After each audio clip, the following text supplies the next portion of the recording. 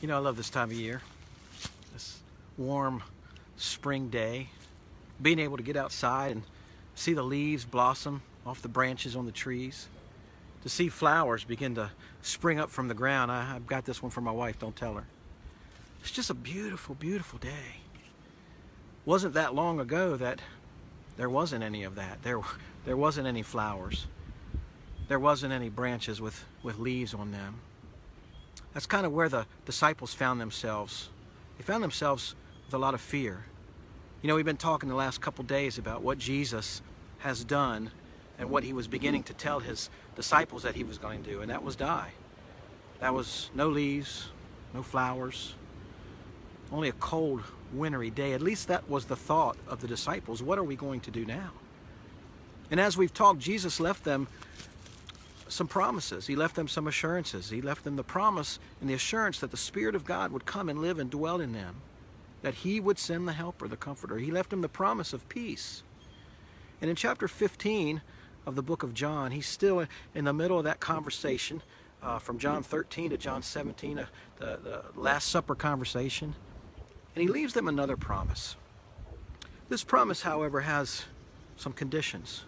You can find it in verse 1 through verse 11.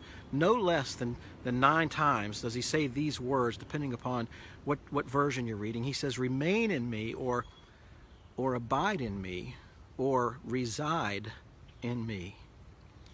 And he goes on and talks about how remaining in him is like a vine, and how we can bear no fruit without remaining in him. And he finishes up that whole thing in verse 11, and he says something that kind of doesn't fit, but yet it does fit. It's another promise that he left for you, for me, and especially for his disciples at that time when everything looked bleak and wintry. He said, these commands that I give you, so that my love will remain in you, or excuse me, my joy will remain in you, and that your joy may be complete. That's a great promise. Joy. He was saying, I'm going to leave you a joy that's not an external joy. It doesn't happen because of events of life or emotional bliss. Joy that Jesus is talking about, as he said it was his joy, doesn't succumb to pandemics. His joy doesn't even bow down to death, as we are going to learn this Sunday that Jesus rose from the dead. It's an internal joy. It's a joy that starts in here and begins to blossom out here. It's almost as if it was a spring day and you and I are trees.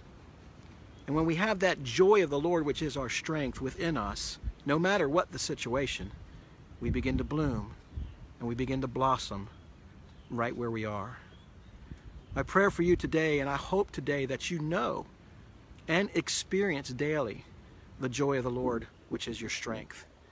It's a joy that keeps us going through winter times, and it's a joy that shows up so that everyone else can see what it looks like to have Christ in your life. May you be blessed today. May you be strengthened today with the joy of the Lord. I want to remind you that we have put our services on YouTube and on Facebook. Pastor Butch here. Please come and check us out. And may the joy of the Lord be your strength, your power, and your source today.